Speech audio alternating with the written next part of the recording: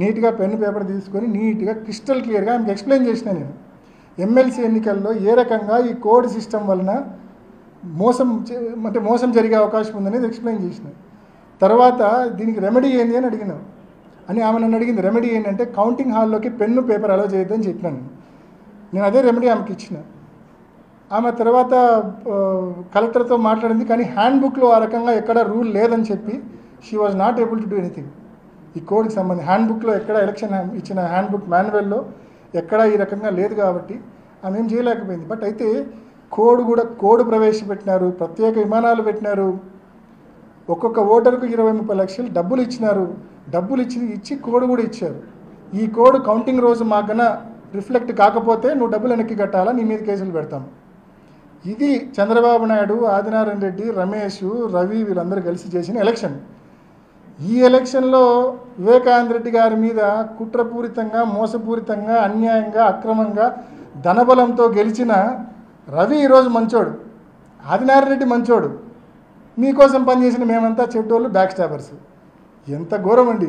కేవలం ఈర్ష్య, ద్వేషం, ఓర్వలేనితనం తప్ప మరొకటి కానే కాదు. కోడ్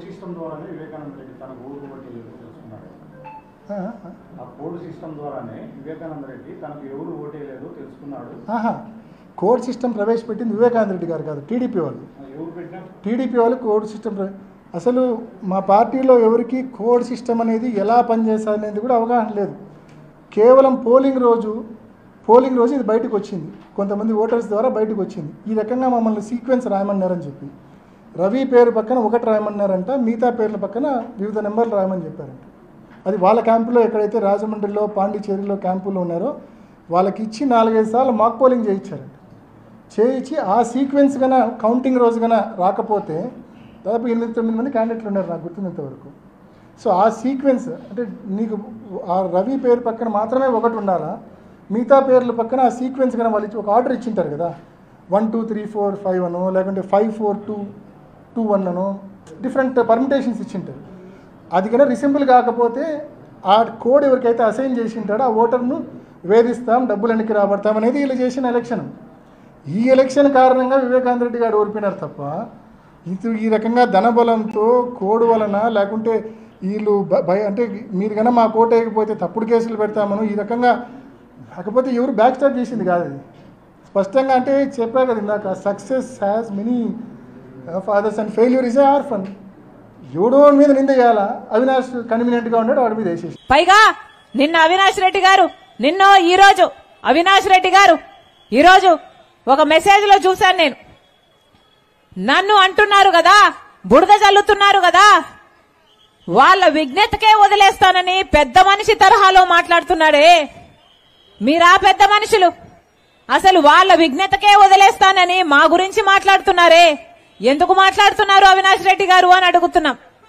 దొంగలు ఎవరు అంటే మీరెందుకు భుజాలు తడుముకుంటున్నారు సార్ అని అడుగుతున్నాం. ఇన్ని మాటలు మాట్లాడే బదులు, మా గురించి మాట్లాడే బదులు అసలు కేసులో మీకు సంబంధం లేదు అని ఒక్క మాట చెప్పొచ్చు కదా. కేసులో అసలు గూగుల్ మ్యాప్స్ కి మీకు, అసలు హంతకూగులకి, హత్య చేసిన వాళ్ళకి మీకు సంబంధం ఎందుకుందో మాట్లాడండి. మీ కాల్ రికార్డ్స్, హత్య చేసిన వాళ్ళ కాల్ రికార్డ్స్ ఎందుకు మ్యాచ్ అవుతున్నాయో చెప్పండి.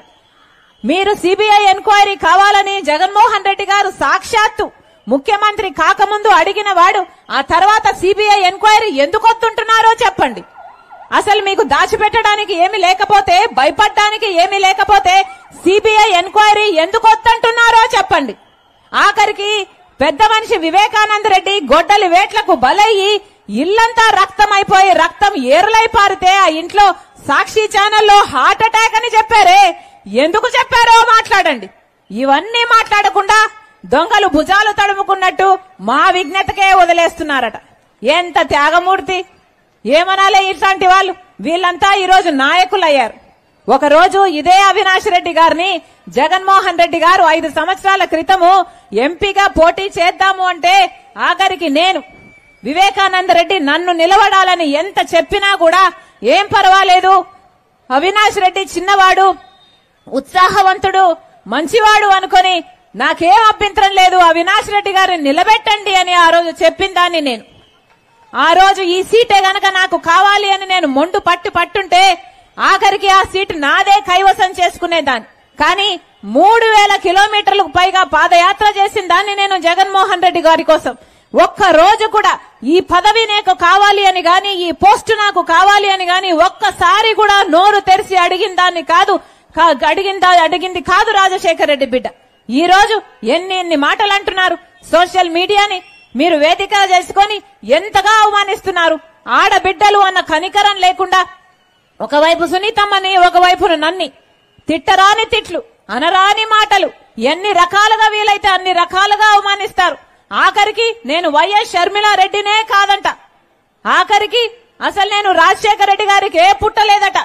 ఆఖరికి విజయమ్మను కూడా అవమానిస్తున్నారే. ఇంగితం ఉండే మాట్లాడుతున్నారా? అధికారం అంటే అంత మదమెక్కిందా, అంత పొగరెక్కిందా, అంత అహంకారమా మీకు? ఇప్పుడు ఆపరేషన్ లేకుండానే మోకాళ్లకు ప్లాస్మా ట్రీట్మెంట్. మీ ఆర్థోపెడిక్ సమస్యలన్నిటికీ రోబోటిక్ టెక్నాలజీ ద్వారా తక్కువ ఖర్చుతో శాశ్వత పరిష్కారం. Free consultation. ప్రతి ట్రీట్మెంట్ పై 20% డిస్కౌంట్. ఈ ఆఫర్ కొద్ది రోజులు మాత్రమే. త్వరపడండి. V9 hospitals 9281465842.